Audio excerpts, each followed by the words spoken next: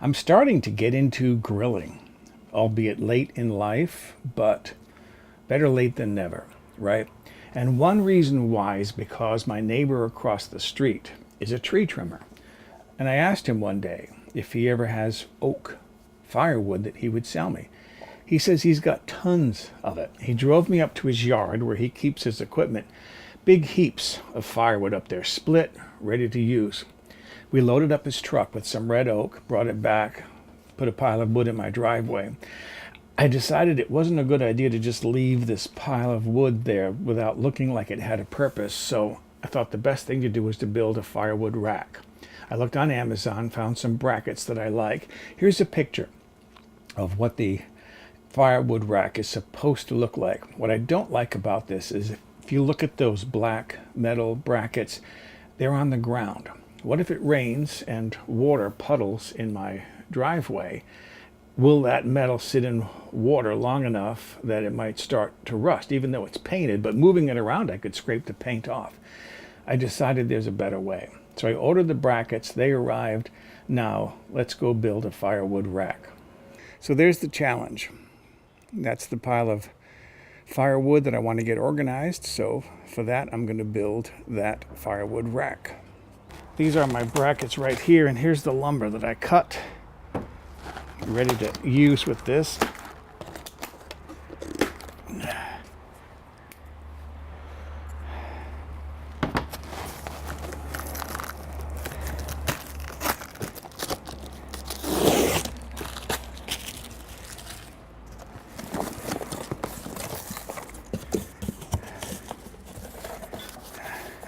And there's one, there's the other.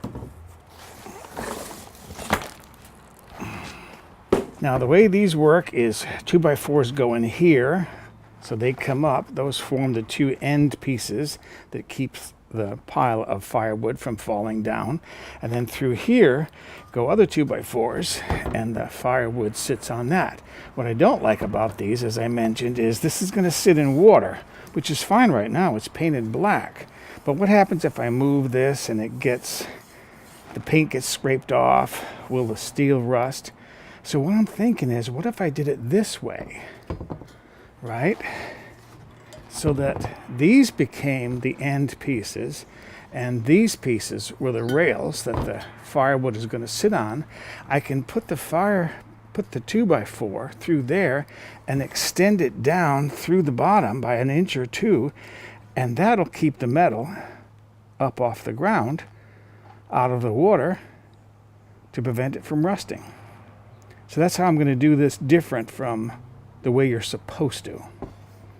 Okay, the first thing I need to do is strike a line. Line up a couple of 2x4s, and that'll be enough about right there. Inch or so. Line that up.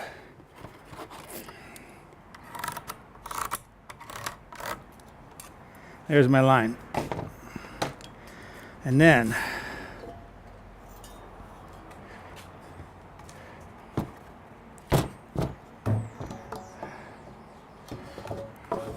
run that through there. And that through there. All right. There's a plane going overhead. That's all right. I can deal with that.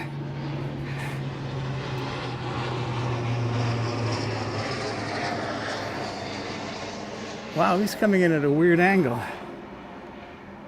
2 pilot holes here.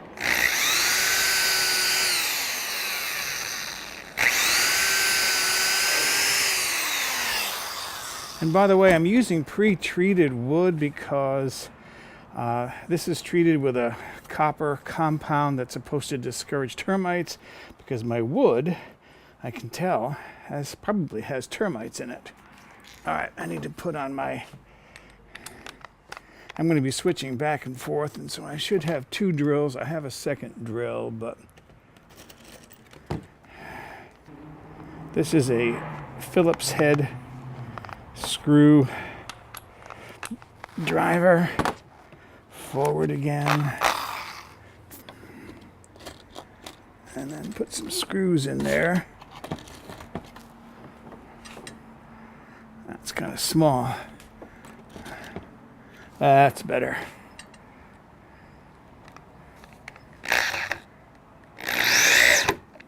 Good. And another one. That'll do.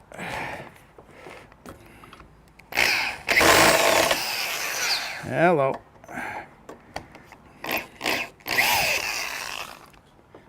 There we go. I rigged up a few things here to try to get these level as much as possible. I decided I didn't want to switch between my drill bit and my Phillips screw head driver. Okay, make sure it's lined up with my strike line. Drill my pilot holes.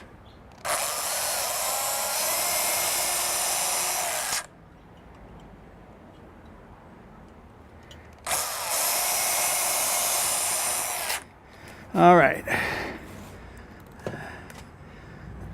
Where's my drill? It's over there. Again, 2 screws.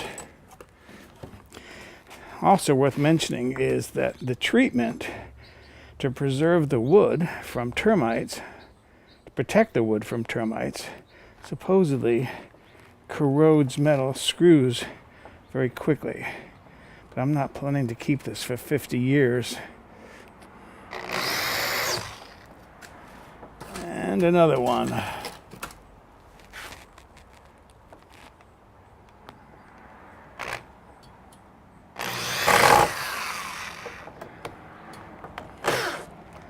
Okay, I actually brought out a little, I shouldn't say little, a Phillips screwdriver just to tighten these down a little bit, make sure that they feel tight. Okay, and there is my first end piece. The other 2x4s will go in here, but now I have the other one to do. This wood is so soft, I decided I didn't need pilot holes. Drives right in.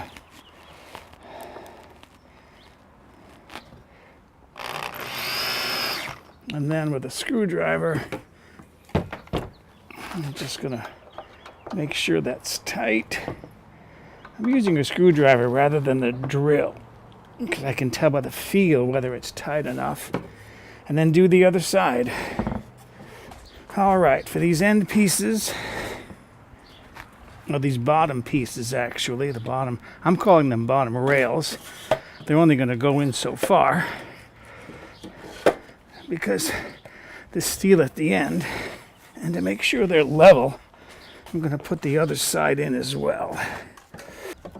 Make sure those are in all the way, and then again, without pilot holes, just drive the screws.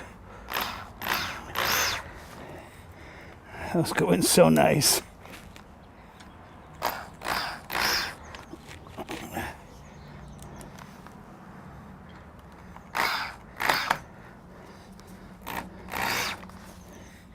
One more.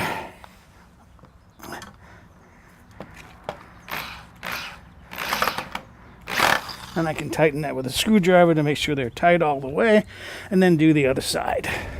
So there it is. I'm ready to start stacking some wood on it. I don't have a lot of oak here. It's not like I'm stacking a cord of wood. But by doing this, it just makes it look like I have a real intention of having some wood rather than just a pile of wood just plunked down in my yard. All right, we're just about done here, putting the last pieces of wood on. Gonna put these smaller ones up top because we can grab those for kindling later. There it is, my wood pile. So that's it. It wasn't difficult at all. It took really only minutes to assemble. I did cut the 2x4s in advance. I bought 3 8-foot 2x4s and cut them in half because I needed 6 4-foot pieces. I like the way it looks. I like the way it's lifted up off the ground a little bit so that if it should rain, that steel won't sit in puddled water. Before the rainy season starts this winter, I'll buy a tarp so I can keep it covered, because you can grill in winter time here. This is Southern California. We have only 2 seasons, summer and sort of summer. So if you like what you're seeing, please click the thumbs up button and subscribe. Thanks for listening.